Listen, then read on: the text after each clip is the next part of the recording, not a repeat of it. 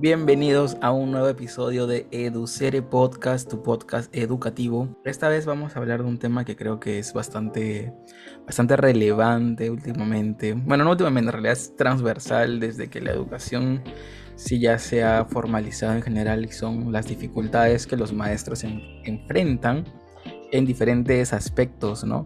Ya sea, a ver, el maestro se enfrenta en el rubro que se encuentre, en el espacio en que se encuentre, dificultades de todas maneras, ¿no? Porque el proceso educativo de todas maneras va a tener siempre complicaciones, pero precisamente como profesionales tenemos que saber sobrellevar eso y poder trabajar a partir de eso también, ¿no? Entonces, Sí, vamos a hablar particularmente del docente de aula en este episodio, ¿no? Y ver pues a qué se enfrenta un docente que está en el aula de una escuela privada, de una escuela pública y qué podemos hacer nosotros al respecto. No vamos a hablar también de alguna de nuestras experiencias. Ale ha estado pues en colegios ambos, tanto público como privado, en diferentes momentos. Yo también he estado bueno, yo más en escuelas públicas, trabajando desde que ya, bueno, salí de la universidad, así que hablaremos de nuestras experiencias y pueden dejarnos las suyas también, o sus dudas de cómo pueden enfrentar algo en los comentarios, ¿no? Los leeremos y les responderemos lo más rápido que podamos. Así que cuéntanos, Ale, ¿qué encontraste tú la primera vez que fuiste a una escuela, ¿no? ¿A qué te enfrentaste por primera vez? hola a todos, sí, Johnny. Creo que como lo dijimos en el primer episodio de por qué estudiar educación y luego en el segundo sobre algunas oportunidades, ahora estamos en el tercero de a qué nos enfrentamos cuando estudiamos educación. Y creo que, como lo mencionaste, hay dos áreas, ¿no? Lo privado y lo público, relacionado a escuelas, ¿no? Luego vamos a hablar también en otros espacios. Y en lo privado, como que consultas, yo he tenido la experiencia de hacer las prácticas, luego también de trabajar un tiempo en coles privados y creo que es necesario señalar que en el Perú hay un problema de sistema, ¿no? Como estábamos hablándolo al inicio, ¿Mm? pero que no queremos desmotivar, sino alentar y brindar algunas soluciones que desde nuestra práctica hemos podido observar. Pero sí es necesario mencionar esto primero. Entonces, al ser un problema de sistema, sí hay problemas compartidos tanto en el entorno privado como en el entorno público. Ale, ¿a qué nos referimos cuando hablamos de problemas de sistema? Y para la gente que nos escucha y como que es un poquito nueva en este término, esto, un poquito de la educación, ¿no?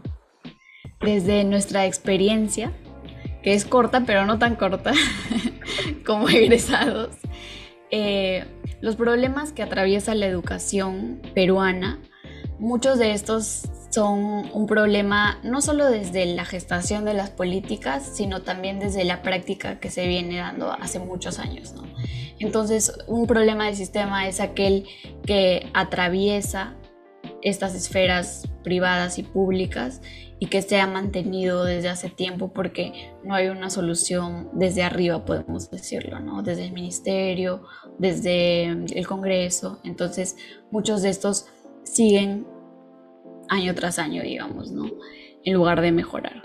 Hay Ujú. países que, por ejemplo, tienen secretarías nacionales de educación en las cuales priorizan qué problemáticas resolver durante tales años y el ministerio y el Congreso se alinea a eso. Pero en el Perú no tenemos algo así, ¿no?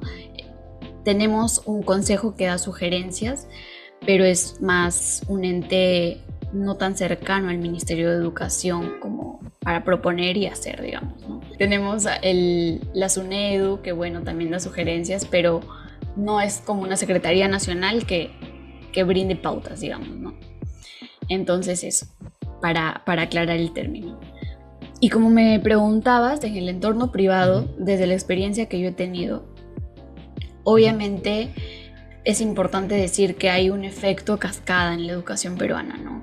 Tenemos educación privada de alto costo y de buena calidad, educación privada de alto costo de un poco menor calidad y sigue bajando y por eso se le llama efecto cascada, ¿no? Porque hay colegios privados que no son tan buenos, otros que tampoco, y hasta los más bajos, digamos, ¿no? En calidad, en términos de calidad.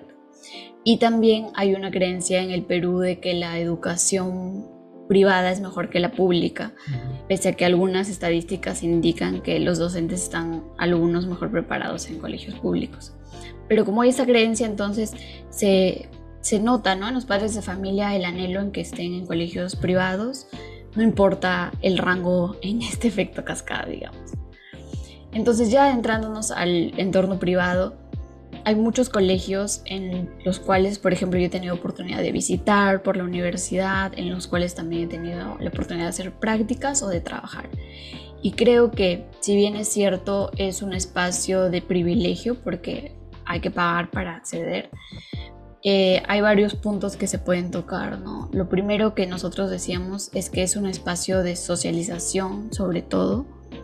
Em, es la realidad que normalmente en Lima, sobre todo, se paga para que los hijos socialicen con personas que también son del mismo estatus económico, y esto va formando redes que en el futuro obviamente benefician a este grupo, ¿no? Y bueno, hay muchos ejemplos de eso, por ejemplo en Lima, o libros como el último que ha salido hace poco de qué colegio eres. Hay muchos ejemplos que lo retratan. Luego, otro tema que igual vamos a hablar en otros podcasts es el momento de la elección de colegio, ¿no? Unos, como padres de familia, piensan en muchas aristas relacionadas a calidad y bueno, como ese, diversos temas. Sí, Ale, de hecho, o sea, es súper relevante e importante todo el contexto que nos has dado, ¿no? Por ejemplo, cuando yo he estado en escuela, bueno, como para dar también un poquito de contexto, yo he estado como un par de años, 3 años haciendo trabajo de convivencia escolar en escuelas que eran, bueno, de acá de Lima, ¿no? En algunos distritos, y nos designaban escuelas que tenían alto índice de violencia escolar. Entonces nosotros trabajábamos con los estudiantes de secundaria porque eran los que presentaban mayor índice según reportes del CICB, ¿no? Entonces trabajábamos con ellos temas de convivencia escolar, ¿no? Disminución de la violencia, formación con docentes, etcétera, ¿no? Y algo interesante que siempre nos decían los profes es que ese chiquito, ya no puedo hacer nada con ese chiquito, ¿no? Yo ya no puedo trabajar con él, ¿no? Es un dolor de cabeza, no hace caso, ¿no? Su mamá no viene a las reuniones, su papá tampoco, yo ya no sé, ya le perdí la fe. Y eso es algo que pasa mucho, creo que al menos en escuelas públicas. No sé qué tanto porcentaje en privadas, imagino que también sucede porque también sé que hay un porcentaje en escuelas privadas a este nivel, digamos, alto de la cascada de lo que nos mencionabas, ¿no? De estudiantes que al final, y no se habla mucho, ¿no? Pero estudiantes que al final son expulsados y se van como que a otras escuelas, ¿no? Entonces también debe haber, solamente que no se habla mucho de eso en escuelas, digamos, como que de más calidad educativa. Entonces, bueno, ese es un primer, entonces, gran, una gran dificultad a la que se encuentran los docentes, es no saber cómo abordar o cómo trabajar con un estudiante que a priori te dicen o tú percibes que no quiere, como la clásica, no obedece, no hace caso, pero es que en realidad, si nos ponemos a pensar, los estudiantes nos tienen que obedecer a los maestros. O sea, si nosotros pensamos la educación como el docente arriba y el estudiante abajo, donde tiene que obedecer lo que dice, y desde ahí ya estamos mal, ¿no? Porque los estudiantes de secundaria están en una etapa del desarrollo precisamente, y si nos ponemos técnicos, área de la toma de decisiones, en las que el área prefrontal del cerebro te va a decir todo lo contrario. Entonces, si tú estás esperando que eso se dé porque sí, desde ahí estamos mal. Entonces, ¿qué debe hacer un maestro? Hay muchas perspectivas en realidad, y algo que nosotros hablábamos en estos talleres, por ejemplo, vinculado a lo que es la disciplina positiva, ¿no? Hay muchos autores, de hecho podemos dejar algunos ahí en la descripción si queremos hablar de eso. El docente, cuando se encuentra en esta posición de poder, es cuando el estudiante, sobre todo de secundaria, es cuando menos caso le hace, ¿no? Porque lo ve como alguien arriba, y siempre creo que a todo nivel, cuando nosotros percibimos que alguien se encuentra en un nivel superior o te impone que está en un nivel superior, el resultado natural es el rechazo. Entonces, ¿qué debe hacer un maestro? Todo lo contrario, es bajarse de ese pedestal y lograr un nivel de horizontalidad con el estudiante y de confianza para que en lugar de sentir el rechazo del estudiante se pueda como que poner, no en una posición en la que tú digas, ay, qué igualado, sino todo lo contrario, sino que se está comunicando, porque un estudiante, ya sea que te esté diciendo, no quiero hacer esto, dentro de todo se está comunicando, mal, lo que tú quieras, ¿no? De manera irrespetuosa, como le dicen, ¿no? Pero lo está haciendo, entonces puedes conversar. Ese es un gran problema que nos decían los maestros, ¿no? ¿Cómo trato con estos estudiantes? No sé si tú por ahí, Ale, te has topado con eso, ahí como para ver, luego conectar un poquito con las ideas, a ver.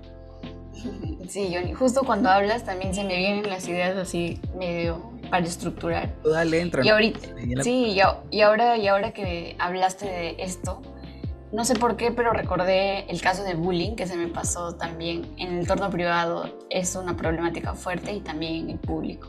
Y ya bueno, para pasar también a lo que nos comentas, creo que volvemos a estos problemas de sistema, ¿no? Ahora ya hablando de educación pública.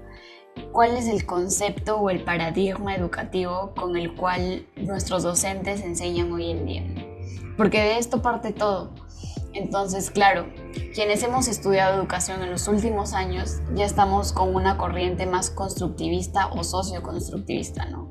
La cual implica que el docente no está aquí ni tampoco está aquí, ¿no? Es alguien que guía el proceso, es un igual, es una persona con la que te puedes comunicar, con la que tienes confianza y que es más esto, ¿no? Un orientador, pero que el conocimiento lo van construyendo los propios alumnos, el centro son ellos y obviamente tienen muchas cosas y obviamente tienen muchas orientaciones, ¿sí? Y también recursos a su disposición. Pero ¿qué pasa en la educación pública, no? Lo que tú nos comentabas. No solo los chicos que obviamente están en desarrollo y que su personalidad está cambiando, sino también todo el entorno, ¿no? Desde cómo está la escuela, las condiciones en las que están nuestros colegios públicos, luego los materiales educativos que llegan o que no llegan, la alimentación que también influye, que felizmente, bueno, ahora tenemos un Caliwarma que funciona bastante bien, el espacio mismo, cómo está organizado para potenciar el aprendizaje o no. E incluso un último podría ser la limpieza, horarios, cómo está organizada el aula, digamos, ¿no? Entonces, teniendo en cuenta muchos de estos conceptos, volvía yo a lo del paradigma, porque ¿qué entiende un docente por ser un buen docente, ¿no? En el espacio público? Entonces, el paradigma tradicional es que es un profesor que da la clase y todo el mundo está callado, nadie pregunta, nadie dice nada, todos entendieron. Entonces uno asume que un buen profesor es el que los tiene en regla, el que los tiene en orden, que los tiene callados a todos, que supuestamente todos entendieron, ¿no? Pero estamos en el 2023, o sea, hay muchos estudios, muchísimos, en los que obviamente vamos a dejar también, como dice Johnny, que nos dicen que no, que con esta educación tradicional lo que hay es más bien una suerte de oprimido y opresor, que eso sí lo habla Freire. Entonces, los niños no están desarrollando sus habilidades, sino que más bien están en una posición de sumisión, ¿no? En la que reciben como si fueran una esponjita y ya, punto. Pero estamos en pleno 2023, se sabe que esto no funciona, que no está trayendo buenos resultados, e incluso lo vemos en la sociedad, ¿no? Un niño, una niña, un adolescente, un adulto posteriormente, que no piensa, que no tiene juicio crítico, a qué tipo de gobernantes escoge, qué tipo de decisiones toma. Entonces, el paradigma actual, que es el socioconstructivista, habla más de cómo hay que desarrollar nuestras potencialidades e incluso lo que llaman otros estudios la pasión que tiene cada niño, cada niña que quiere desarrollar en su vida, ¿no? Y para eso la escuela tiene que llenar, hay una autora que también habla de muchosidad, ¿no? De que hay que rodear a los niños y a las niñas de tantas experiencias de las que ellos puedan escoger, de las que ellos puedan desarrollar proyectos, que piensen, que debatan, que estén también en contra, que no siempre estén de acuerdo. Y a raíz de esto, ellos y ellas desarrollan este propio razonamiento, esta pasión por lo que quieren hacer, la carrera que quieran emprender, y es socioconstructivismo porque a partir de esas carreras devuelven a su país, ¿no? Dan una suerte de ayuda desde la carrera o desde la posición en la que se encuentren. Entonces, para desarrollar todo este entorno, digamos, obviamente el docente, como alguien que es súper importante en este proceso, tiene que actuar de forma distinta, ¿no? También vamos a dedicar otro capítulo solamente a docentes, Claro. pero en rasgos generales tiene que ser alguien que promueva el pensamiento, que sea lúdico, dinámico, que no es alguien que se para y solo habla o que solo lee o que los deja haciendo dictados, sino que hay muchas más estrategias ahora, ¿no? Tenemos ABP, diseño invertido, hay muchas cosas y también muchas corrientes, incluso alternativas, porque cada estudiante es distinto, no todos aprendemos igual y eso también está comprobado.